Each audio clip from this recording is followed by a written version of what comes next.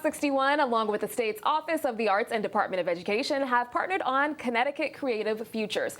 Our state is full of incredible artistic talent across a variety of disciplines. And with us this morning, we have Suzanne Gaskell, an artist and retired art teacher from Daniel Hand High School over in Madison. Good morning, Suzanne. Good morning, and thank you for having me on. Yeah, we are so excited to have you here. So first up, we want to learn a little more about you. When did you get your start in art? Wow, I think as early as I can remember, I enjoyed painting and the arts. I also was very involved with dance, and then when I got into college, I narrowed my direction into the visual arts, and then eventually went into teaching a little later and enjoyed a 29-year career teaching art at Daniel Hand. Yeah. Now, I imagine, teachers often leave a mark on their students, and there are those students who will forever remember a specific teacher for inspiring them, pushing them to go harder in whatever it is that they want to do. What do you hope your students took from your classes? Oh, wow. There's so many things, but I hope regardless of whether they pursue the arts, that they will enjoy the rich artistic experiences that are out there. I felt it was really important through the arts to get a window into different cultures, giving students different perspectives, and ultimately understanding the universality of all their hopes and dreams. And I also got very involved with students in terms of using their art to raise social awareness, or shape policy and make change, and let them know they had the power to do that through their visual expression. That is beautiful. And speaking of your students had their artwork on display at the state capitol, right? Yes, this was in 2020, actually. We partnered with Gilead Community Services, that's a mental health provider in Middletown, Connecticut.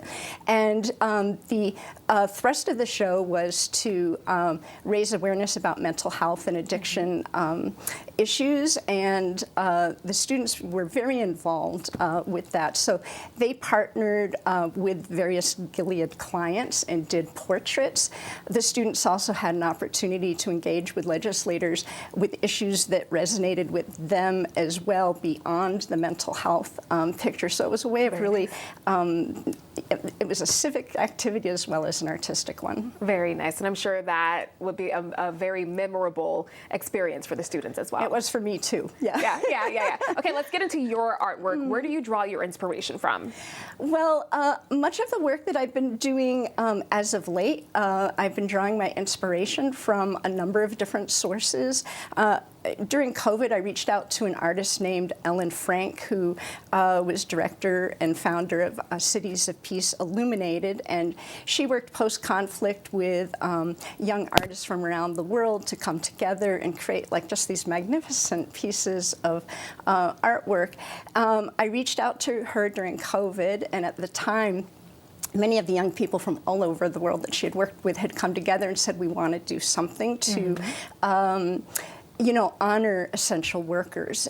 So I have been very involved with Gilead Community Services and wanted to honor the staff there, and so created this particular painting that was on exhibit with the Breathing Project in Brooklyn a couple of years ago.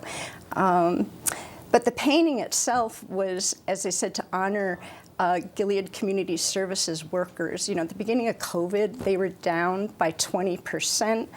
They're working with a very at-risk population.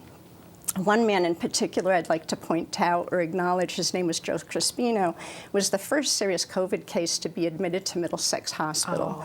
He was quite ill, was in the hospital for over a month, and then had extensive rehabilitation consequent to that.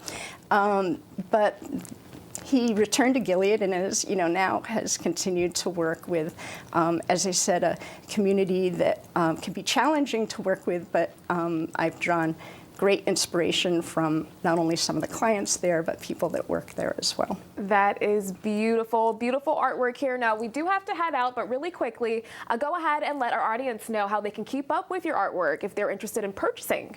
Oh, thank you. Well, I'm not doing a lot of commission work. Most of the work I'm doing now is with Gilead Community Services, and I'm really hopeful of, I'm working on grant funding to do some artwork that will go in their intensive outpatient clinic, and which currently doesn't have any, and have a rotating exhibit for clients there, and that could be accessed on communitygileadservices.org as that project takes shape later this spring and this summer. All righty. Well, thank you so much for joining us this morning. Thank you for having me on. Beautiful work here. All right, we're going to